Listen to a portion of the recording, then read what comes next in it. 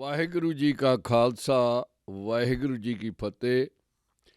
ਗੁਰੂ ਪਿਆਰਿਓ, ਅੱਜ ਆਪਾਂ ਅਸ਼ਟਪਦੀ 20ਵੀਂ ਤੇ ਪਦ 6ਵਾਂ ਸੱਚੇ ਪਾਤਸ਼ਾਹ ਦੀ ਕਿਰਪਾ ਦੇ ਨਾਲ ਬਚਾਉਣ ਜਾ ਰਹੇ ਹਾਂ। ਜਿਵੇਂ ਅਕਸਰ ਬੇਨਤੀ ਕਰਦੇ ਹਾਂ ਕਿ ਕੋਈ ਵੀ ਪ੍ਰਾਣੀ ਇਸ ਧਰਤੀ ਉੱਤੇ ਇੰਨਾ ਸਿਆਣਾ ਨਹੀਂ ਹੈ, ਇੰਨਾ ਵਿਵੇਕ ਬੁੱਧ ਵਾਲਾ ਨਹੀਂ ਹੈ ਜਿਹੜਾ ਗੁਰੂ ਮਹਾਰਾਜ ਦੀਆਂ ਰਮਜ਼ਾਂ ਨੂੰ ਸਮਝ ਸਕੇ। ਜਿੰਨੀ ਸੱਚੇ ਪਾਤਸ਼ਾਹ ਕਿਰਪਾ ਕਰਦੇ ਹਨ ਉਹਨਾਂ ਪ੍ਰਾਣੀ ਸਮਝਦਾ ਹੈ, ਵਿਚਾਰਦਾ ਹੈ, ਬੋਲਦਾ ਹੈ ਤੇ ਸੁਣਦਾ ਹੈ। ਪ੍ਰਾਣੀ ਪ੍ਰਭੂ ਦੀ ਕਿਰਪਾ ਦੇ ਨਾਲ ਹੀ ਚੱਲਦਾ ਹੈ, ਉਹਦੇ ਆਪਣੇ ਆਪ ਦੇ ਵਿੱਚ ਕੁਝ ਵੀ ਨਹੀਂ ਹੈ। ਸੁਖਮਣੀ ਸਾਹਿਬ ਧੰਨ ਧੰਨ ਗੁਰੂ ਅਰਜਨ ਦੇਵ ਜੀ ਦੀ ਰਚਨਾ ਹੈ, ਜਿੱਥੇ ਉਹਨਾਂ ਨੇ ਆਪਣੇ ਪਿਆਰੇ ਸਿੱਖ ਨੂੰ ਇਨਸਾਨ ਤੋਂ ਭਗਵਾਨ ਬਣਨ ਤੱਕ ਬਹੁਤ ਪਿਆਰੀ ਜੁਗਤ ਸਮਝਾਈ ਹੈ। ਦਰਅਸਲ ਇਨਸਾਨ ਭਗਵਾਨ ਦਾ ਹੀ ਰੂਪ ਹੈ। ਭਗਵਾਨ 24 ਘੰਟੇ ਪ੍ਰਾਣੀ ਦੇ ਅੰਦਰ ਵੱਸਦਾ ਹੈ, ਹਰ ਵੇਲੇ ਨਾਲ ਰਹਿੰਦਾ ਹੈ, ਪਰ ਮਾਇਆ ਦੀ ਮੋਹ ਸ਼ਕਤੀ, ਮਾਇਆ ਦਾ ਦਿੱਤਾ ਹੋਇਆ ਹੰਕਾਰ ਪ੍ਰਾਣੀ ਨੂੰ ਇਹ ਸਮਝ ਨਹੀਂ ਦਿੰਦਾ ਕਿ ਉਹ ਕਿੱਥੇ ਰਹਿੰਦਾ ਹੈ, ਕਿੱਥੇ ਵੱਸਦਾ ਹੈ। ਹਾਲਾਂਕਿ ਸ਼ਾਖ ਸ਼ਾਖ, ਨਾਲ ਨਾਲ, ਪਲ ਪਲ, ਛਿਨ ਛਿਨ ਵਾਸਾ ਹੈ। ਧੰਨ ਧੰਨ ਗੁਰੂ ਅਰਜਨ ਦੇਵ ਜੀ ਨੇ ਪ੍ਰਾਣੀ ਚੱਲਣਹਾਰ ਹੈ, ਸਮਾਂ ਹਰ ਛਿਨ ਬਦਲਦਾ ਹੈ, ਸਮਾਂ ਵੀ ਮੁੱਕਣ ਵਾਲਾ ਹੈ ਤੇ ਪ੍ਰਾਣੀ ਵੀ ਮੁੱਕਣ ਵਾਲਾ ਹੈ। ਇਹਨਾਂ ਦੋਨਾਂ ਮੁੱਕਦਿਆਂ ਨੂੰ ਅਮੁੱਕ ਦੇ ਨਾਲ ਜੋੜਿਆ ਹੈ। ਪ੍ਰੀਤਮ ਪਿਆਰੇ ਨੇ ਚੱਲਣਹਾਰ ਨੂੰ ਅਚਲ ਦੇ ਨਾਲ ਜੋੜਿਆ ਹੈ। ਇੱਕੋ ਤਰੀਕਾ ਹੈ ਪ੍ਰਾਣੀ ਦੇ ਕੋਲ ਕਿ ਪ੍ਰਭੂ ਦੀ ਆਰਾਧਨਾ ਕਰੇ, ਉਹਦਾ ਸ਼ੁਕਰਾਨਾ ਕਰੇ ਕਿ ਤੈਂ ਮੈਨੂੰ ਬਣਾਇਆ ਹੈ, ਦੁਨੀਆ ਦੇ ਵਿੱਚ ਭੇਜਿਆ ਹੈ, ਮੇਰੀ ਸਿਲੈਕਸ਼ਨ ਕੀਤੀ ਹੈ। ਉਸ ਵੇਲੇ ਜਦੋਂ ਮੇਰਾ ਆਕਾਰ ਬਣਿਆ ਸੀ, ਫਿਰ ਮਾਤਾ ਦੇ ਗਰਭ ਦੇ ਵਿੱਚ ਤੂੰ ਮੇਰੀ ਰੱਖਿਆ ਕੀਤੀ ਹੈ, ਮੈਨੂੰ ਜਨਮ ਮਿਲਿਆ, ਮਾਂ ਮਿਲੀ, ਪਿਓ ਮਿਲਿਆ, ਪਰਿਵਾਰ ਮਿਲਿਆ, ਮੈਂ ਪਲਿਆ, ਵੱਡਾ ਹੋਇਆ। ਇਹ ਸਾਰੀਆਂ ਦਾਤਾਂ ਤੈਂ ਮੈਨੂੰ ਦਿੱਤੀਆਂ ਹਨ। ਪ੍ਰਾਣੀ ਨੂੰ ਸ਼ੁਕਰਾਨਾ ਕਰਨਾ ਚਾਹੀਦਾ ਹੈ ਇਹਨਾਂ ਦਾਤਾਂ ਦਾ। ਪ੍ਰਭੂ ਉਹਨਾਂ ਆਪਣੇ ਬੱਚਿਆਂ 'ਤੇ ਅਤੀ ਪ੍ਰਸੰਨ ਹੁੰਦਾ ਹੈ ਜਿਹੜੇ ਉਹਦੇ ਵੱਲ ਤੁਰਦੇ ਹਨ, ਉਹਦਾ ਸਤਿਕਾਰ ਕਰਦੇ ਹਨ, ਉਹਦਾ ਪਿਆਰ ਕਰਦੇ ਹਨ। ਜਿਹੜੇ ਪ੍ਰਭੂ ਨੂੰ ਭਾ ਜਾਂਦੇ ਹਨ ਉਹ ਫਲ ਜਾਂਦੇ ਹਨ, ਭਰ ਜਾਂਦੇ ਹਨ। ਸੱਚੇ ਪਾਤਸ਼ਾਹ ਨੇ ਸੁਖਮਣੀ ਸਾਹਿਬ ਦੇ ਵਿੱਚ 3 ਪ੍ਰਮੁੱਖ ਵਿਸ਼ੇ ਚੁਣੇ ਹਨ। ਪਹਿਲਾ, ਪ੍ਰਭੂ ਦੀ ਉਸਤਤ। ਸੱਚੇ ਪਾਤਸ਼ਾਹ ਨੇ ਪ੍ਰਭੂ ਦਾ ਵਿਰਾਟ ਰੂਪ, ਪ੍ਰਸਾਰ ਰੂਪ, ਅਨੇਕ ਰੂਪ ਬਾਖੂਬੀ ਦੇ ਨਾਲ ਵਰਣਨ ਕੀਤਾ ਹੈ। ਉਹਦੇ ਦਿਆਲੂ ਕਿਰਪਾਲੂ ਹੋਣ ਦਾ ਬਹੁਤ ਚੰਗੇ ਢੰਗ ਦੇ ਨਾਲ ਸਤਿਕਾਰ ਸਹਿਤ ਦਰਸਾਇਆ ਗਿਆ ਹੈ। ਦੂਸਰਾ ਵਿਸ਼ਾ ਉਹਨੂੰ ਧਿਆਉਣ ਵਾਲਿਆਂ ਦਾ ਹੈ, ਜਿਨ੍ਹਾਂ ਨੇ ਧਿਆ ਕੇ ਉਹਨੂੰ ਪਾਇਆ ਹੈ, ਉਹਦੇ ਹੀ ਬਣ ਕੇ ਰਹਿ ਗਏ। ਪਲ ਪਲ, ਛਿਨ ਛਿਨ, ਸਵਾਸ ਸਵਾਸ, ਗਰਾਸ ਗਰਾਸ ਉਹਨੂੰ ਸਿਮਰਿਆ ਹੈ। ਹਰ ਸਾਹ ਦੇ ਨਾਲ ਉਹਦਾ ਚਿੰਤਨ ਕੀਤਾ ਹੈ। ਗੁਰੂ ਪਿਆਰਿਓ, ਸਮੇਂ ਦੀ ਮੁੱਢਲੀ ਕਿਰਿਆ ਇੱਕ ਪਲ ਤੋਂ ਸ਼ੁਰੂ ਹੁੰਦੀ ਹੈ, ਇੱਕ ਸੈਕਿੰਡ ਤੋਂ, ਤੇ ਫਿਰ ਅਣਗਿਣਤ ਸਮੇਂ ਤੱਕ ਚੱਲੀ ਜਾਂਦੀ ਹੈ। ਸਮੇਂ ਦੀ ਪ੍ਰਾਣੀ ਨੂੰ ਲੋੜ ਹੈ। ਪ੍ਰਭੂ ਨੂੰ ਸਮੇਂ ਦੀ ਕੋਈ ਲੋੜ ਨਹੀਂ ਹੈ। ਜਿਵੇਂ ਪ੍ਰਭੂ ਨੇਮਲੈਸ ਹੈ, ਉਹਦੇ ਸਾਰੇ ਨਾਮ ਹਨ, ਮਨੁੱਖ ਦੇ ਬਣਾਏ ਹੋਏ ਹਨ। ਪ੍ਰਭੂ ਦਾ ਆਪਣਾ ਦਿੱਤਾ ਨਾਂ ਕੋਈ ਵੀ ਨਹੀਂ ਹੈ। ਬੇਸ਼ੱਕ ਅੰਦਾਜ਼ੇ ਲਗਾਏ ਗਏ ਹਨ ਕਿ ਇਹ ਅੱਖਰ ਪ੍ਰਭੂ ਨੇ ਆਪ ਭੇਜਿਆ ਹੈ, ਇਹ ਅੱਖਰ ਪ੍ਰਭੂ ਦੀ ਮਰਜ਼ੀ ਦੇ ਨਾਲ ਆਇਆ ਹੈ। ਇਸ ਅੱਖਰ ਨੂੰ ਸਰਵਣ ਕਰਨ ਦੇ ਨਾਲ, ਬੋਲਣ ਦੇ ਨਾਲ ਇਨਸਾਨ ਮੋਕਸ਼ ਪ੍ਰਾਪਤ ਕਰ ਲੈਂਦਾ ਹੈ। ਗੁਰੂ ਪਿਆਰਿਓ, ਇਹ ਬੜੀਆਂ ਬਣਾਈਆਂ ਗੱਲਾਂ ਹਨ। ਪ੍ਰਭੂ ਨੇ ਆਪਣਾ ਕੋਈ ਵੀ ਨਾਮ ਨਹੀਂ ਰੱਖਿਆ। ਸਾਰੇ ਦੁਨੀਆ ਦੇ ਨਾਮ ਪ੍ਰਭੂ ਦੇ ਹੀ ਹਨ। ਕ੍ਰੀਏਟਰ, ਕਰਤਾ ਨਾਂ ਰੱਖਣ ਦੇ ਵਿੱਚ ਉਹਨੂੰ ਕੋਈ ਖੁਸ਼ੀ ਪ੍ਰਾਪਤ ਨਹੀਂ ਹੁੰਦੀ। ਮਨੁੱਖ ਜਿੰਨੇ ਮਰਜ਼ੀ ਉਹਦੇ ਨਾਂ ਰੱਖੀ ਜਾਵੇ, ਨਾਵਾਂ ਦੇ ਪਿੱਛੇ ਲੜੀ ਜਾਵੇ, ਝਗੜੇ ਕਰੀ ਜਾਵੇ, ਇੱਕ ਮੰਨਦਾ ਹੋਇਆ ਵੀ ਇੱਕ ਨੂੰ ਦੂਸਰੇ ਨਾਲੋਂ ਸੋਹਣਾ ਬਣਾਉਣ ਦਾ ਯਤਨ ਕਰੇ, ਆਪਣੇ ਨਾਮ ਨੂੰ ਵੱਡਾ ਕਹੀ ਜਾਵੇ, ਦੁਨੀਆ ਨੂੰ, ਲੁਕਾਈ ਨੂੰ ਹੋਰ ਉਲਝਾਈ ਜਾਵੇ, ਇਹ ਮਨੁੱਖ ਦੀ ਮਰਜ਼ੀ ਹੈ। ਅੱਜ ਤੱਕ ਮਿਸਟਰ ਹਿਊਮਨ ਬੀਇੰਗ ਨੇ ਕਿਸੇ ਦੀ ਮੰਨੀ ਨਹੀਂ, ਈਵਨ ਆਪਣਿਆਂ ਦੀ ਵੀ। ਜਿਹੜੇ ਬੋਲ ਆਪਣੇ ਬੋਲ ਗਏ ਹਰ ਧਰਮ ਦੇ ਵਿੱਚ, ਹਰ ਇਸ਼ਟ ਦੇ ਵਿੱਚ, ਜਿਹੜੇ ਰਹਿਬਰ ਪ੍ਰਭੂ ਦਾ ਗੁਣ ਗਾ ਗਏ, ਉਦੋਂ ਬਾਅਦ ਤੋੜ ਮਰੋੜ ਕੀਤੀ ਗਈ। ਉਹਨਾਂ ਦੇ ਅਰਥ ਬਦਲ ਦਿੱਤੇ ਜਾਂਦੇ ਹਨ। ਕਹੇ ਹੋਏ ਸ਼ਬਦ, ਬੋਲੇ ਹੋਏ ਉਪਦੇਸ਼ ਕੁਝ ਹੋਰ ਹੀ ਬਣ ਜਾਂਦੇ ਹਨ। ਚਲੋ, ਇਹ ਵੀ ਮਨੁੱਖ ਦੀ ਮਰਜ਼ੀ ਹੀ ਸਹੀ। ਧੰਨ ਧੰਨ ਗੁਰੂ ਅਰਜਨ ਦੇਵ ਜੀ ਨੇ ਕਿਸੇ ਵਿਅਕਤੀ ਨੂੰ ਨਹੀਂ ਉਭਾਰਿਆ, ਕਿਸੇ ਪਰਸਨੈਲਿਟੀ ਨੂੰ ਉੱਚਾ ਨਹੀਂ ਚੁੱਕਿਆ। ਸਿਰਫ ਤੇ ਸਿਰਫ ਪ੍ਰੀਤਮ ਦੀ ਉਸਤਤ ਕੀਤੀ ਹੈ। ਦੂਸਰੀ ਉਸਤਤ ਉਹਨਾਂ ਭਗਤਾਂ ਦੀ, ਉਹਨਾਂ ਪਿਆਰਿਆਂ ਦੀ, ਉਹਨਾਂ ਦੁਲਾਰਿਆਂ ਦੀ, ਜਿਹੜੇ ਉਹਦਾ ਰੂਪ ਬਣ ਗਏ, ਜਿਨ੍ਹਾਂ ਨੇ ਦਿਨ ਰਾਤ ਉਹਨੂੰ ਧਿਆਇਆ, ਧਿਆ ਕੇ ਉਹਨੂੰ ਪਾ ਲਿਆ, ਸ਼ੁਕਰਾਨਾ ਕਰਦੇ ਰਹੇ, ਦਿਨ ਰਾਤ ਜਪਦੇ ਰਹੇ। ਜਦੋਂ ਪਿਆਰੇ ਨੂੰ ਪਿਆਰ ਦਾ ਪਤਾ ਚੱਲ ਗਿਆ ਤਾਂ ਉਹਨੇ ਆਪਣਾ ਆਪ ਸਾਰਾ ਅੱਗੇ ਡੋਲ ਦਿੱਤਾ ਕਿ ਤੂੰ ਹੁਣ ਮੇਰਾ ਬਣ ਗਿਆ। ਸੱਚੇ ਪਾਤਸ਼ਾਹ ਧੰਨ ਧੰਨ ਗੁਰੂ ਅਰਜਨ ਦੇਵ ਜੀ ਨੇ ਉਹਨਾਂ ਪਿਆਰਿਆਂ ਨੂੰ ਸਲਾਹਿਆ ਹੈ। ਕੱਲਾ ਸਲਾਹਿਆ ਹੀ ਨਹੀਂ, ਉਹਨਾਂ ਨੂੰ ਸਿਰ ਉੱਤੇ ਚੁੱਕ ਕੇ ਬਹੁਤ ਮਾਣ ਸਤਿਕਾਰ ਦਿੱਤਾ ਹੈ। ਇੱਥੋਂ ਤੱਕ ਪ੍ਰੀਤਮ ਪਿਆਰੇ ਨੇ ਆਪਣਾ ਆਪ ਵਾਰਨ ਦੇ ਲਈ ਸਮਰਪਣ ਕੀਤਾ ਹੈ ਕਿ ਮੈਂ ਤੁਹਾਡੇ ਚਰਨ ਧੋ ਧੋ ਕੇ ਪੀਵਾਂ,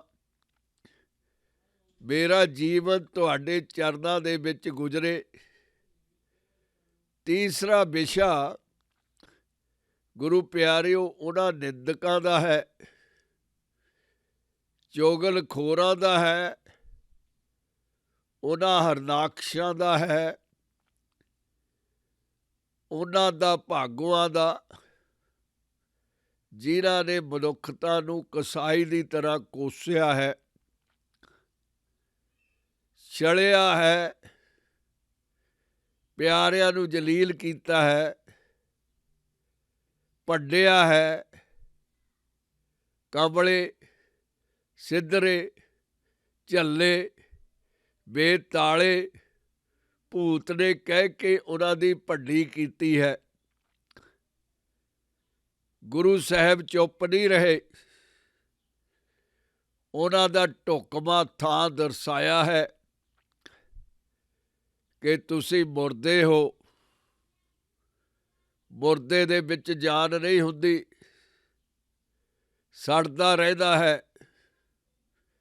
ਤੁਸੀਂ ਇਸ ਧਰਤੀ ਉੱਤੇ ਆਏ ਜਾਂ ਨਾ ਆਏ, ਧਰਤੀ ਨੂੰ ਕੋਈ ਫਰਕ ਨਹੀਂ ਪਿਆ, ਮਨੁੱਖਤਾ ਨੂੰ ਕੋਈ ਫਰਕ ਤੁਹਾਡੇ ਆਉਣ ਦਾ ਨਹੀਂ ਪਿਆ ਤੇ ਨਾ ਹੀ ਤੁਹਾਡੇ ਜਾਣ ਦਾ ਪੈਣਾ ਹੈ।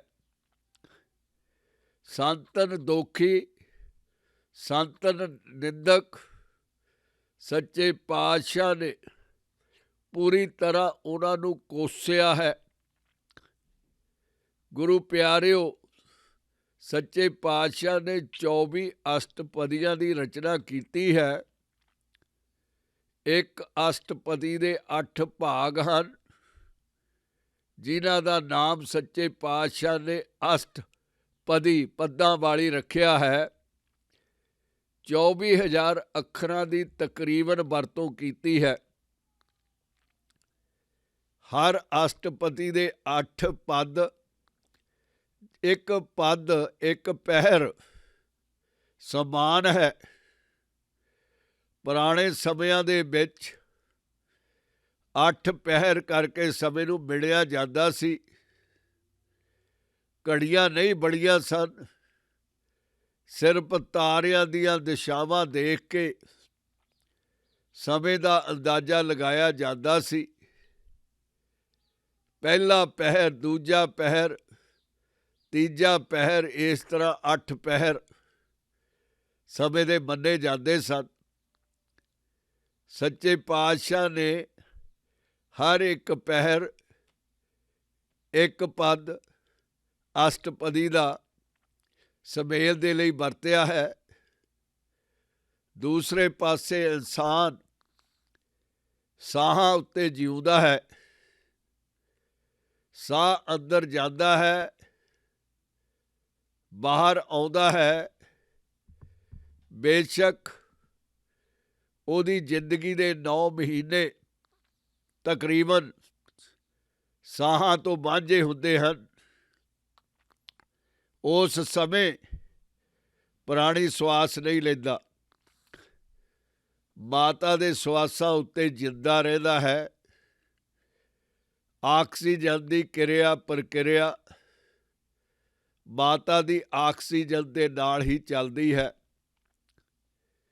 ਜਦੋਂ ਪੂਰਨ ਪਰਫੈਕਟ ਸਰੀਰ ਬਣ ਜਾਂਦਾ ਹੈ, ਜਨਮ ਹੁੰਦਾ ਹੈ, ਤਾਂ ਪਹਿਲਾ ਸਵਾਸ ਸ਼ੁਰੂ ਹੁੰਦਾ ਹੈ। ਇਹ ਸਵਾਸਾਂ ਦੇ ਨਾਲ ਜਿਹੜਾ ਉਹ ਵਾਅਦਾ ਕਰਕੇ ਆਇਆ ਹੈ, ਉਹਨਾਂ 9 ਮਹੀਨਿਆਂ ਦੇ ਵਿੱਚ ਜਿੱਥੇ ਗਰਮੀ ਦੇ ਵਿੱਚ ਦਗਦੀ ਭੱਠੀ, ਤਪਦੀ ਭੱਠੀ ਦੇ ਵਿੱਚ ਹਰ ਰੋਜ਼ ਰਹਿੰਦਾ ਸੀ ਤੇ ਪ੍ਰਭੂ ਪਹਿਰਾ ਦਿੰਦਾ ਸੀ, ਦਿਨ ਰਾਤ ਆਪਣੇ ਨੰਨੇ ਫਰਿਸ਼ਤੇ ਦੀ ਰੱਖਿਆ ਕਰਦਾ ਸੀ।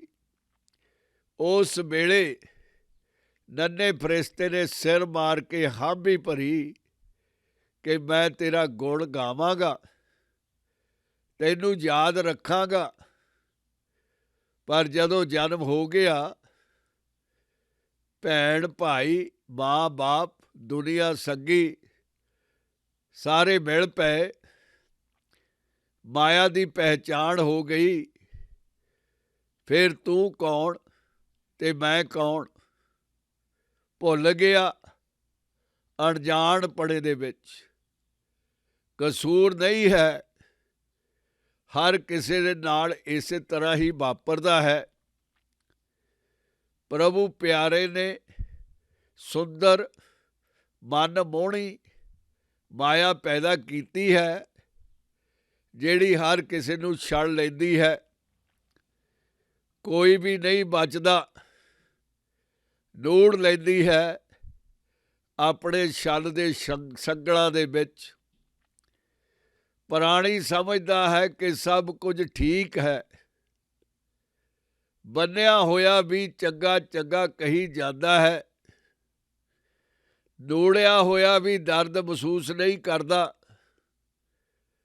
ਪਰ ਜਿਉਂ-ਜਿਉਂ ਉਮਰ ਦਾ ਤਕਾਜ਼ਾ ਅੱਗੇ ਵੱਧਦਾ ਹੈ, ਉਹਨੂੰ ਆਪਣਾ ਅੰਤ ਨਜ਼ਰ ਆਉਂਦਾ ਹੈ, ਮੌਤ ਸਾਹਮਣੇ ਦਿਸਦੀ ਹੈ।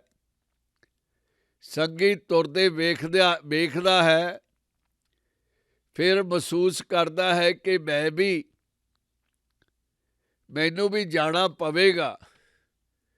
ਜਾਣਾ ਤਾਂ ਨਹੀਂ ਚਾਹੁੰਦਾ, ਇਹਦਾ ਕੋਈ ਹੱਲ ਵੀ ਨਹੀਂ ਹੈ। ਫਿਰ ਪ੍ਰਭੂ ਵੱਲ ਨੂੰ ਮੁੜਦਾ ਹੈ, ਕਮ ਸੇ ਕਮ ਰਿਵਾਜ ਦੇ ਲਈ ਹੀ, ਦੁਨੀਆ ਨੂੰ ਦਿਖਾਉਣ ਦੇ ਲਈ ਹੀ। ਪਰ ਫਿਰ ਵੀ ਆਕੜ ਨਹੀਂ ਜਾਂਦੀ।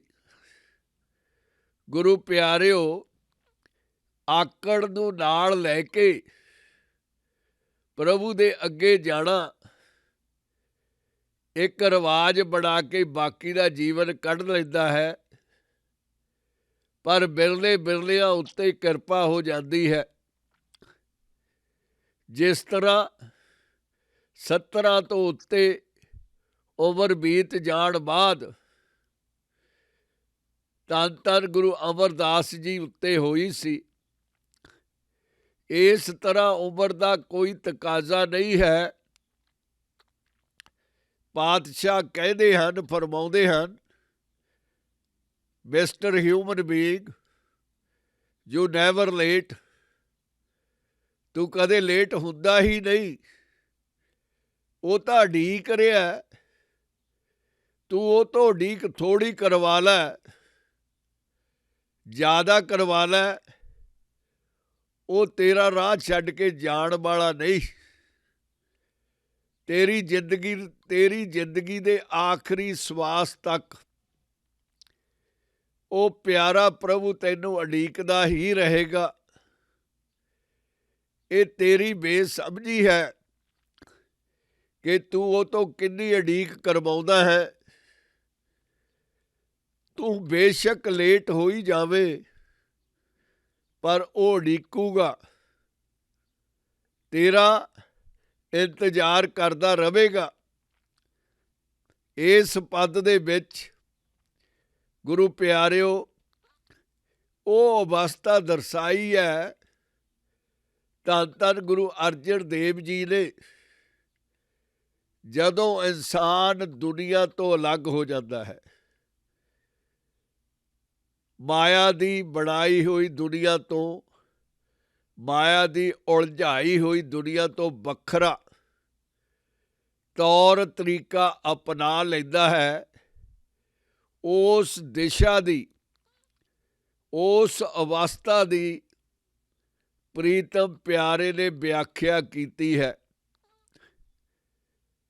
ਤੋਰ ਵੀ ਵੱਖਰੀ ਤੁਰਦਾ ਹੈ ਭਗਤ, ਬੋਲ ਵੀ ਮਸਤਾਨੇ, ਪਲ ਪਲ ਛਿਨ ਛਿਨ। ਤੁਰਦਾ ਨਹੀਂ ਨੱਚਦਾ ਹੈ, ਬੋਲਦਾ ਨਹੀਂ ਗਾਉਂਦਾ ਹੈ, ਸੌਂਦਾ ਨਹੀਂ ਜਾਗਦਾ ਹੈ। ਬੜੀ ਪਿਆਰੀ ਅਵਸਥਾ ਪਿਆਰੇ ਦੀ ਬਣ ਜਾਂਦੀ ਹੈ। ਸੱਚੇ ਪਾਤਸ਼ਾਹ ਮਿਹਰ ਕਰਦੇ ਹਨ, ਉਪਜੀ ਪ੍ਰੀਤ ਪ੍ਰੇਮ ਰਸ ਚਾਓ, ਮਨ ਤਨ ਅੰਤਰ ਇਹੀ ਸੁਆਓ। ਮਸਤਾਨਾ ਹੋ ਗਿਆ ਪ੍ਰੀਤਮ ਦਾ ਪਿਆਰਾ, ਚਾਅ ਚੜ੍ਹ ਗਿਆ ਅੰਦਰ, ਨੱਚਣ ਵਾਲਾ ਕੁੱਦਣ ਵਾਲਾ। ਪਿਰਹੜੀ ਤੇ ਪਿਆਰ ਦਾ ਸਵਾਦ ਵਾਹਿਗੁਰੂ ਨੂੰ ਮਿਲਣ ਦੀ ਲਾਲਸਾ ਅੰਦਰ ਪੈਦਾ ਹੋ ਗਈ। ਹੁਣ ਡਰ ਕਾਹਦਾ, ਸੰਗ ਕਾਹਦੀ, ਭੈ ਕਾਹਦਾ। ਇਹ ਸਵਾਦ ਜ਼ਿੰਦਗੀ ਵਿੱਚ ਕਦੇ ਵੀ ਨਹੀਂ ਆਇਆ। ਬੇਸ਼ੱਕ ਬਹੁਤ ਮੇਲ ਟੱਪਿਆ, ਨੱਚਿਆ, ਬੜੇ ਨਸ਼ੇ ਕੀਤੇ, ਬੜੇ ਲੋਕਾਂ ਦੇ ਵਿੱਚ ਨਾਂ ਚਮਕਾਇਆ, ਪਰ ਇੱਦਾਂ ਦਾ ਸਵਾਦ ਕਦੇ ਵੀ ਨਹੀਂ ਆਇਆ। ਇਹ ਪ੍ਰੀਤ ਕੈਸੀ ਪ੍ਰੀਤ ਹੈ, ਇਹ ਪ੍ਰੇਮ ਕਿਹੜਾ ਪ੍ਰੇਮ ਹੈ ਕਿ ਸਾਰਾ ਕੁਝ ਆਪਣਾ ਹੀ ਆਪਣਾ ਲੱਗਦਾ ਹੈ। ਬੈਰੀ ਨਜ਼ਰ ਕੋਈ ਆਉਂਦਾ ਹੀ ਨਹੀਂ। ਆਪਣਾ ਆਪਣਾ, ਤੇਰਾ ਤੇਰਾ, ਚਾਰੇ ਪਾਸੇ ਮਨ ਤਨ ਅੰਤਰ ਇਹੀ ਸੁਆਓ। ਆਤਮਾ ਦੇ ਵਿੱਚ ਵੀ ਇਹੀ ਪ੍ਰਯੋਜਨ ਹੈ। ਸਰੀਰ ਵੀ ਇਸੇ ਤਰ੍ਹਾਂ ਵਾਈਬ੍ਰੇਸ਼ਨ એનર્ਜੀ ਦੇ ਵਿੱਚ ਟੱਪਦਾ ਹੈ। ਦੁਨੀਆ ਨੇ ਇਸ ਅਵਸਥਾ ਨੂੰ ਕਮਲੀ ਅਵਸਥਾ ਕਿਹਾ ਹੈ ਕਿ ਹਿੱਲ ਗਿਆ। ਕਹਿ ਦਿੰਦੀ ਹੈ ਦੁਨੀਆ ਕਿ ਇਹਦਾ ਦਿਮਾਗ ਹਿੱਲ ਗਿਆ। ਧੰਨ ਧੰਨ ਗੁਰੂ ਨਾਨਕ ਦੇਵ ਜੀ ਨੂੰ ਬਹੁਰਾਨਾ ਬੇਤਾਲਾ, ਜਿਹੜਾ ਦੁਨੀਆ ਦੀ ਤਾਲ ਦੇ ਵਿੱਚ ਆਇਆ ਹੀ ਨਹੀਂ, ਕਿਉਂਕਿ ਦੁਨੀਆ ਦੀ ਤਾਲ ਉਲਟੀ ਹੋ ਚੁੱਕੀ ਸੀ। ਇਸ ਕਰਕੇ ਦੁਨੀਆ ਦੇ ਕੋਲ ਕੋਈ ਤੱਕੜੀ ਰਹੀ ਨਾ। ਗੁਰੂ ਨਾਨਕ ਦੀ ਅਕਲ ਨੂੰ ਮਿਲਣ ਵਾਲੀ ਜਦੋਂ ਥੱਕ ਗਈ ਦੁਨੀਆ, ਫਿਰ ਬਹੁਰਾਨਾ ਬਣਾ ਦਿੱਤਾ ਨਾਨਕ ਨੂੰ। ਇਸ ਬੇਤਾਲੀ ਦੁਨੀਆ ਨੇ ਬੇਤਾਲਾ ਬਣਾ ਦਿੱਤਾ ਨਾਨਕ ਨੂੰ। ਪਰ ਨਾਨਕ ਦੇ ਅੰਦਰ ਮਨ ਤਨ ਅੰਤਰ ਇਹੀ ਸੁਆਓ। ਇਹ ਸਵਾਦ ਸੀ ਉਹਦੇ ਅੰਦਰ।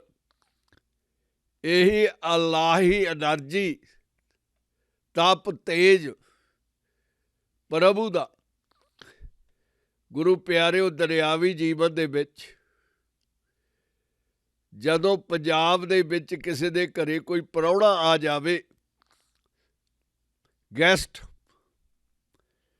ਤਾਂ ਪੰਜਾਬੀ ਉਹਨੂੰ ਆਪਣੇ ਨਾਲੋਂ ਵੱਧ ਇੱਜ਼ਤ ਦਿੰਦਾ ਹੈ।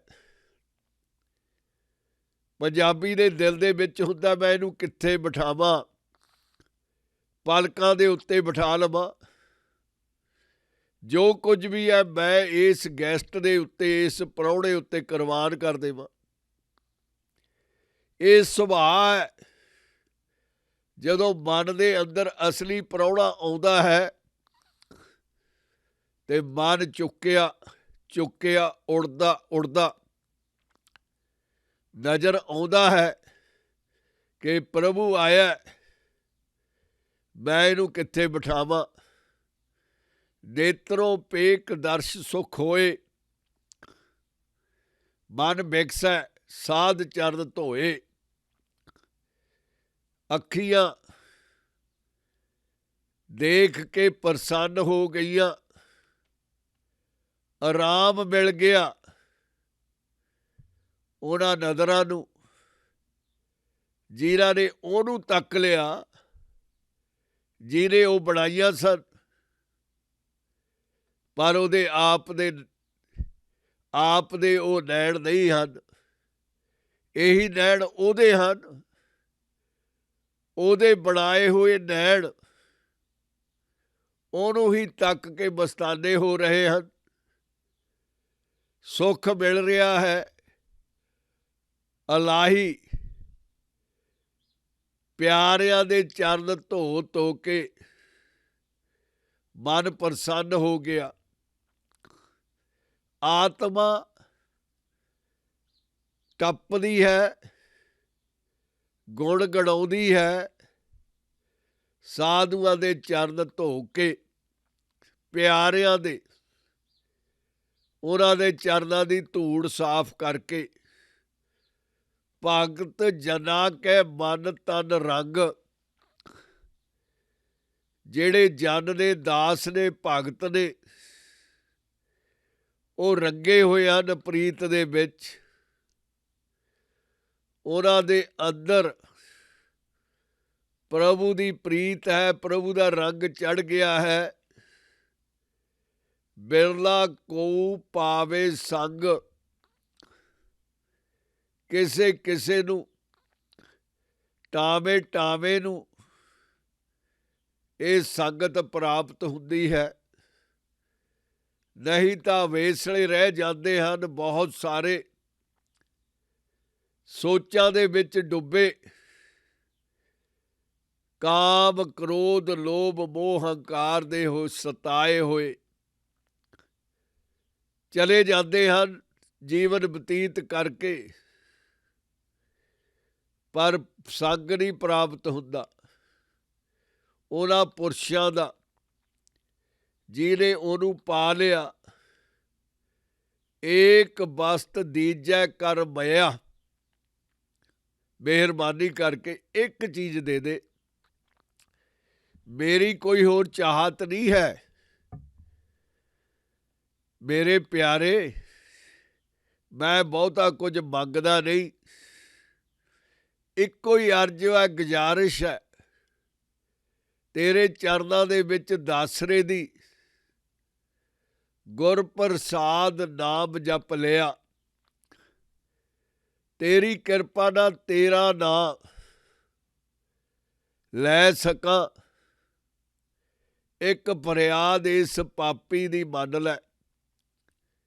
ਮੇਰੇ ਪ੍ਰਭੂ ਕਿਰਪਾ ਕਰ ਦੇ, ਮਿਹਰਬਾਨੀ ਦੇ ਦੇ, ਬਖਸ਼ ਦੇ, ਤੇਰਾ ਨਾਮ ਲੈਣ ਦਾ ਤਰੀਕਾ ਸਮਝਾ ਦੇ।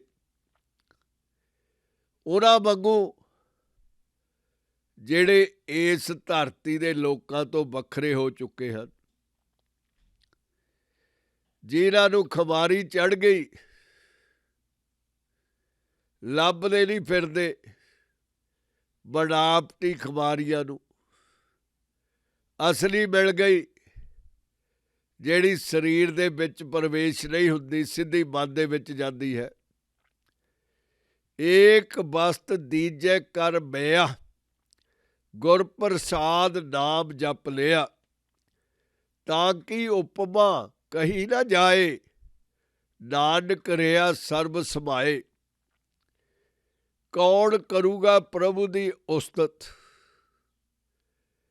ਕਿਹਦੇ ਕੋਲ ਪ੍ਰਭੂ ਨੂੰ ਮਿਲਣ ਦੀ ਮੇਜ਼ਰਮੈਂਟ ਕਰਨ ਦੀ ਟੇਪ ਹੈ। ਮਿਣਤੀ ਗਿਣਤੀ ਦੀ ਤੱਕੜੀ ਕਿਹਦੇ ਕੋਲ ਹੈ। ਪ੍ਰਭੂ ਦਾ ਮੁੱਲ ਕੌਣ ਪਾ ਸਕਦਾ ਹੈ, ਪ੍ਰਾਣੀ ਤਾਂ ਨਹੀਂ।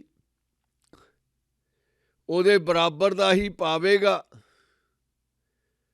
ਬਰਾਬਰ ਦਾ ਕੋਈ ਹੈ ਹੀ ਨਹੀਂ, ਇੱਕ ਹੀ ਹੈ ਸੰਪੂਰਨ ਪੁਰਖ। ਉਹਦਾ ਮੁੱਲ ਕੌਣ ਪਾਵੇਗਾ, ਉਹਦੀ ਪ੍ਰਸ਼ੰਸਾ ਕੌਣ ਕਰੇਗਾ। ਇੱਕ ਛੋਟਾ ਜਿਹਾ ਪ੍ਰਾਣੀ, ਇੱਕ ਪਾਣੀ ਦੀ ਬੂੰਦ ਸਾਗਰ ਦੀ ਸਿਫਤ ਕਿਵੇਂ ਕਰੇਗੀ। ਕੋਸ਼ਿਸ਼ ਕਰ ਸਕਦੀ ਹੈ ਆਪਣੇ ਅਲਫਾਜ਼ਾਂ ਦੇ ਨਾਲ, ਆਪਣੀ ਅਕਲ ਦੇ ਨਾਲ ਨਾ ਰੱਖ ਸਕਦੀ ਹੈ, ਉਹਦਾ ਗੀਤ ਗਾ ਸਕਦੀ ਹੈ। ਫਿਰ ਉਹਦੀ ਕਿਰਪਾ ਦੇ ਨਾਲ, ਉਹਦੀ ਆਗਿਆ ਦੇ ਨਾਲ, ਉਹਦੇ ਨਾਲ ਸੁਮੇਲ ਕਰ ਸਕਦੀ ਹੈ, ਮਿਲ ਸਕਦੀ ਹੈ, ਛੋਟੀ ਤੋਂ ਵੱਡੀ ਹੋ ਸਕਦੀ ਹੈ। ਸਾਗਰ ਦੇ ਵਿੱਚ ਸਮੋਈ ਹੋਈ ਬੂੰਦ ਨੂੰ ਮੁੜ ਕੇ ਕਿਸੇ ਨੇ ਬੂੰਦ ਨਹੀਂ ਕਹਿਣਾ, ਤੁਪਕਾ ਕਹਿ ਕੇ ਨਹੀਂ ਬੁਲਾਉਣਾ। ਸਾਗਰ ਦੇ ਨਾਮ ਦੇ ਵਿੱਚ ਮਿਲ ਗਈ, ਉਹਦਾ ਰੂਪ ਬਣ ਗਈ। ਨਾਨਕ ਰਿਹਾ ਸਰਬ ਸਮਾਏ, ਸਾਰੀਆਂ ਬੂੰਦਾਂ ਦੇ ਵਿੱਚ ਸਮੋਇਆ ਹੋਇਆ, ਸਾਰੇ ਜੀਵਾਂ ਦੇ ਵਿੱਚ ਇੱਕੋ ਸਮੇਂ ਪਸਰਿਆ ਹੋਇਆ। ਉਹਦੀ ਉਪਮਾ ਕੌਣ ਕਰ ਸਕਦਾ। ਕੀਤੀ ਹੀ ਨਹੀਂ ਜਾ ਸਕਦੀ। ਉਹਨੇ ਵੱਡਾ ਨਹੀਂ ਹੋਣਾ, ਛੋਟਾ ਵੀ ਨਹੀਂ ਹੋਣਾ। ਇਨਸਾਨ ਦੇ ਸਿਫਤ ਕੀਤਿਆਂ, ਪਰ ਜੇ ਇਨਸਾਨ ਉਹਦੀ ਸਿਫਤ ਕਰਦਾ, ਆਪਣੀ ਜ਼ਿੰਮੇਵਾਰੀ ਨਿਭਾਉਂਦਾ, ਆਪਣਾ ਕਰਤੱਵਿਆ ਮੰਨਦਾ, ਫਿਰ ਮਸ਼ੱਕਤ ਰਾਸ ਆ ਜਾਂਦੀ ਹੈ। ਉਹਦਾ ਦਿਲ ਜਿੱਤਿਆ ਜਾਂਦਾ ਹੈ। ਗੁਰੂ ਪਿਆਰਿਓ, ਸੱਚੇ ਪਾਤਸ਼ਾਹ ਦੀ ਮਿਹਰ ਨਾਲ, ਉਹਦੀ ਕਿਰਪਾ ਦੇ ਨਾਲ ਆਪਾਂ ਇਸੇ ਪਦ ਨੂੰ ਅੰਗਰੇਜ਼ੀ ਦੇ ਵਿੱਚ ਵਿਚਾਰ ਲਈਏ। ਉਪਜੀ ਪ੍ਰੀਤ ਪ੍ਰੇਮ ਰਸ ਚਾਓ, the savor of love and affection and yearning for God have sprung up to me, up in me. ਮਨ ਤਨ ਅੰਤਰ ਇਹੀ ਸੁਆਓ। This is the very object within my mind and body.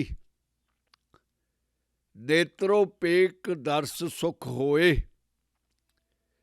By beholding Lord's sight with mine eyes I got in peace. ਮਨ ਬਿਕਸੇ ਸਾਧ ਚਰਨ ਧੋਏ। My soul is gladdened by washing saints' feet.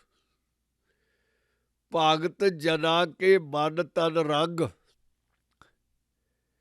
Within the mind and body of the pious persons is the love of the Lord. They guard it. They achieved it.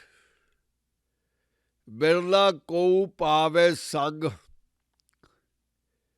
Rare is the person who attains their association.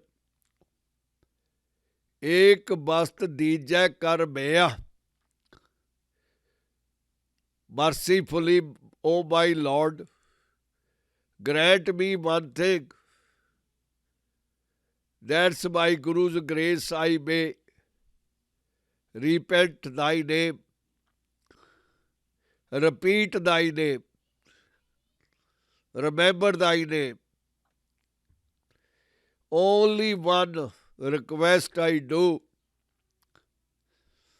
most humbly, kindly, politely, my Lord,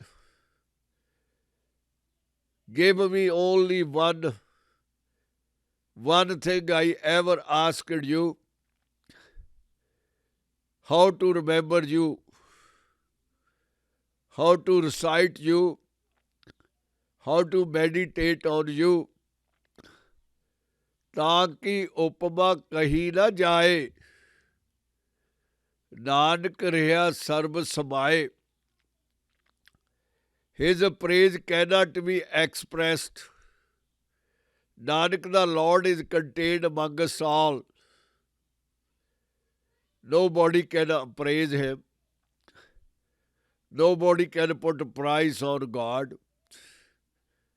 There is no comparison. Where they will bring the comparison? He don't charge anything. He gave everything free. Where you find somebody like him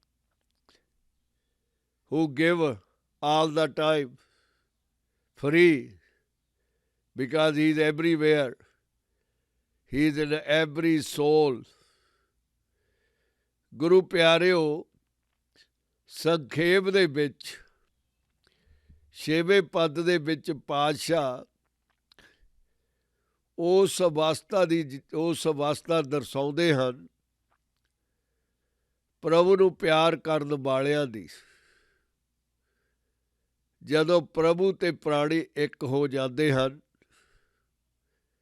ਜਿਵੇਂ ਧੰਨਾ ਤੇ ਪ੍ਰੀਤਮ, ਪ੍ਰਹਲਾਦ ਤੇ ਪ੍ਰਭੂ, ਧਰੂ ਤੇ ਈਸ਼ਵਰ, ਕਬੀਰ ਤੇ ਸਾਈਂ, ਜਦੋਂ ਇੱਕ ਹੋ ਜਾਂਦੇ ਹਨ ਤਾਂ ਉਹ ਪ੍ਰੇਮ ਦੇ ਵਿੱਚ ਆ ਕੇ ਪ੍ਰਭੂ ਦੀ ਕਵਿਤਾ ਲਿਖਦੇ ਹਨ। ਮਨ ਦੇ ਅਲਫਾਜ਼ਾਂ ਨਾਲ, ਇਲਾਹੀ ਵਕੈਬਲਰੀ ਦੇ ਵਿੱਚ ਫਿਰ ਗੁਣ ਗਣਾਉਂਦੇ ਹਨ। ਦੁਨੀਆ ਉਹਨਾਂ ਨੂੰ ਪਾਗਲ ਕਰਾਰ ਦੇ ਦਿੰਦੀ ਹੈ, ਕਮਲੇ ਕਹਿ ਦਿੰਦੀ ਹੈ, ਲੌਸਟ ਆਫ ਬ੍ਰੇਨ, ਮਨ ਦਾ ਸੰਤੁਲਨ ਗਵਾ ਬੈਠੇ। ਬੇਸ਼ੱਕ ਜਦੋਂ ਉਹ ਦੁਨੀਆ 'ਚੋਂ ਚਲੇ ਜਾਂਦੇ ਹਨ, ਉਹਨਾਂ ਦੇ ਬੁੱਤ ਬਣਾਉਂਦੇ ਹਨ, ਉਹਨਾਂ ਦੇ ਨਾਂ ਉੱਤੇ ਮੇਲੇ ਲਗਾਉਂਦੇ ਹਨ, ਪਰ ਜਿਉਂਦੇ ਜੀ ਇਹਨਾਂ ਨੇ ਵਿਚਾਰਿਆਂ ਨੇ ਇਹਨਾਂ ਕਮਲਿਆਂ ਨੂੰ ਸਮਝਿਆ ਨਹੀਂ। ਇਹਨਾਂ ਝੱਲਿਆਂ ਦੀ ਪਹਿਚਾਣ ਨਹੀਂ ਆਈ, ਚਾਹੇ ਉਹ ਜੀਸਸ ਕ੍ਰਾਈਸਟ ਹੋਵੇ, ਚਾਹੇ ਸੁਕਰਾਤ ਹੋਵੇ, ਚਾਹੇ ਨਾਨਕ ਹੋਵੇ, ਮਹਾਤਮਾ ਬੁੱਧ, ਹਜ਼ਰਤ ਮੁਹੰਮਦ। ਉਹਨਾਂ ਦੀ ਜੀਵਨ ਵਿੱਚ ਉਹਨਾਂ ਨਾਲ ਬੈਰ ਕਮਾਉਂਦੇ ਰਹੇ, ਪਰ ਉਹਨਾਂ ਦੀ ਅਕਲ ਇਹਨਾਂ ਨੂੰ ਬਾਅਦ ਦੇ ਵਿੱਚ ਪਤਾ ਚੱਲੀ ਕਿ ਇਹ ਸਾਰੇ ਹੀ ਰੱਬ ਦਾ ਰੂਪ ਸਨ, ਸਾਡੇ ਲਈ ਹੀ ਇਸ ਧਰਤੀ ਉੱਤੇ ਆਏ ਸਨ। ਇਹ ਦਸਤੂਰ ਦੁਨੀਆ ਦਾ ਦਸਤੂਰ ਹੈ, ਮਾਇਆ ਦੀ ਮੋਹਰ ਲੱਗੀ ਹੋਈ ਹੈ। ਸੱਚੇ ਪਾਤਸ਼ਾਹ ਉਹਨਾਂ ਹਿਰਦਿਆਂ ਦੀ ਉਸ ਅਵਸਥਾ ਦੇ ਵਿੱਚ ਜਾਣ ਵੇਲੇ ਸਾਨੂੰ ਸਮਝਾਉਂਦੇ ਹਨ ਕਿ ਪ੍ਰੀਤ ਪ੍ਰੇਮ, ਪ੍ਰੇਮ ਦਾ ਰਸ ਚਾਹ ਕਿਹੋ ਜਿਹਾ ਚਾਹ ਹੈ, ਜਿਹਦੇ ਵਿੱਚ ਮਨ ਨੂੰ ਵੀ ਸਵਾਦ ਆਉਂਦਾ ਹੈ, ਤਨ ਨੂੰ ਵੀ ਸਵਾਦ ਆਉਂਦਾ ਹੈ। ਨੈਣਾਂ ਨੂੰ ਵੇਖ ਵੇਖ ਕੇ ਖੁਮਾਰੀ ਦੇ ਵਿੱਚ ਆਉਂਦੀਆਂ ਹਨ। ਇੱਕ ਇਲਾਹੀ ਆਰਾਮ ਮਿਲਦਾ ਹੈ, ਸ਼ਾਂਤੀ ਮਿਲਦੀ ਹੈ, ਤੌਰ ਤਰੀਕੇ ਭਗਤਾਂ ਦੇ ਪੈਰ ਧੋਣ, ਉਹਨਾਂ ਦੀ ਧੂੜੀ ਮੰਗਣੀ, ਨੀਵੇਂ ਤੋਂ ਨੀਵੇਂ ਹੋਣ ਦੀ ਖਾਹਸ਼, ਮਿੱਠੇ ਤੋਂ ਮਿੱਠਾ ਬੋਲਣਾ, ਦੁਨੀਆ ਦੇ ਕੰਮ ਆਉਣਾ, ਫਿਰ ਪ੍ਰਭੂ ਦੇ ਪਸੰਦ ਆ ਜਾਣਾ, ਪ੍ਰਭੂ ਨੇ ਗਲ ਦੇ ਨਾਲ ਲਾ ਲੈਣਾ। ਫਿਰ ਇਹ ਪ੍ਰੀਤ ਦੀ ਪਿਰਹੜੀ ਪੈਦਾ ਹੁੰਦੀ ਹੈ। ਜਦੋਂ ਰੰਗੇ ਜਾਂਦੇ ਹਨ ਪ੍ਰੀਤਮ ਦੇ ਰੰਗ ਦੇ ਵਿੱਚ, ਖੁਮਾਰੀ ਦੇ ਵਿੱਚ ਹਨ, ਇਹ ਲੋਕ ਹੈਰਾਨ ਹੁੰਦੇ ਹਨ। ਬਿਰਲਾ ਬਿਰਲਾ ਕੋਈ ਕੋਈ ਇਸ ਅਵਸਥਾ ਦੇ ਵਿੱਚ ਪਹੁੰਚਦਾ ਹੈ, ਕੋਈ ਕੋਈ ਉਹਦਾ ਭਰੋਸਾ ਜਿੱਤ ਸਕਦਾ ਹੈ ਜਿਹਨੇ ਸਾਧੂਆਂ ਦੀ ਸੰਗਤ ਕੀਤੀ ਹੈ, ਲੁਟੇਰਿਆਂ ਦੀ ਨਹੀਂ। ਲੁੱਟਣ ਵਾਲੇ ਬਹੁਤ ਹਨ, ਖਾਸ ਕਰਕੇ ਇਸ ਯੁੱਗ ਦੇ ਵਿੱਚ। ਲੁਟੇਰਿਆਂ ਦੀ ਸੰਗਤ ਨਹੀਂ, ਪਿਆਰਿਆਂ ਦੀ ਸੰਗਤ। ਇੱਕ ਆਮ ਸਧਾਰਨ ਸੰਸਾਰੀ ਦੇ ਲਈ ਇਹ ਲੱਭਣਾ ਔਖਾ ਹੈ ਕਿ ਅਸਲੀ ਕੌਣ ਹੈ, ਨਕਲੀ ਕੌਣ ਹੈ। ਨਕਲੀਏ ਬਹੁਤ ਹਨ, ਅਸਲੀ ਬਹੁਤ ਥੋੜ੍ਹੇ ਹਨ। ਸਿੱਧਾ ਹਿਸਾਬ ਬਾਬੇ ਨਾਨਕ ਦਾ ਕਿ ਜਿਹੜਾ ਪਦਾਰਥ ਮੰਗਦਾ ਹੈ, ਉਹਦੀ ਕੀਮਤ ਮੰਗਦਾ ਹੈ, ਉਹ ਨਕਲੀ ਹੈ। ਜਿਹੜਾ ਵੰਡਦਾ ਹੈ, ਦਿੰਦਾ ਹੈ, ਸਬਰ ਸੰਤੋਖ ਦੇ ਨਾਲ ਗੁਜ਼ਾਰਾ ਕਰਦਾ ਹੈ, ਪ੍ਰਭੂ ਦਾ ਨਾਮ ਲੈਂਦਾ ਹੈ ਉਹ ਅਸਲੀ ਹੈ। ਵਾਹਿਗੁਰੂ ਅਕਾਲ ਪੁਰਖ ਦੀ ਉਪਮਾ ਕੋਈ ਵੀ ਨਹੀਂ ਕਰ ਸਕਦਾ। ਹਾਂ, ਉਹਦੀ ਕਿਰਪਾ, ਉਹਦੀ ਪਸੰਦ ਦੇ ਨਾਲ, ਉਹਦੀ ਮਿਹਰ ਦੇ ਨਾਲ ਜਦੋਂ ਇਨਸਾਨ ਉਹਦਾ ਨਾਮ ਲੈਣ ਲੱਗ ਜਾਵੇ ਤਦ ਉਹਦੇ ਉੱਤੇ ਅਪਾਰ ਕਿਰਪਾ ਹੋ ਜਾਂਦੀ ਹੈ। ਉਸ ਪਿਆਰੇ ਦੀ ਜਿਹੜਾ ਸਾਰੇ ਪਾਸੇ ਸਮਾਇਆ ਹੋਇਆ ਹੈ, ਬੇਅੰਤ ਬੇਅੰਤ ਬੇਅੰਤ।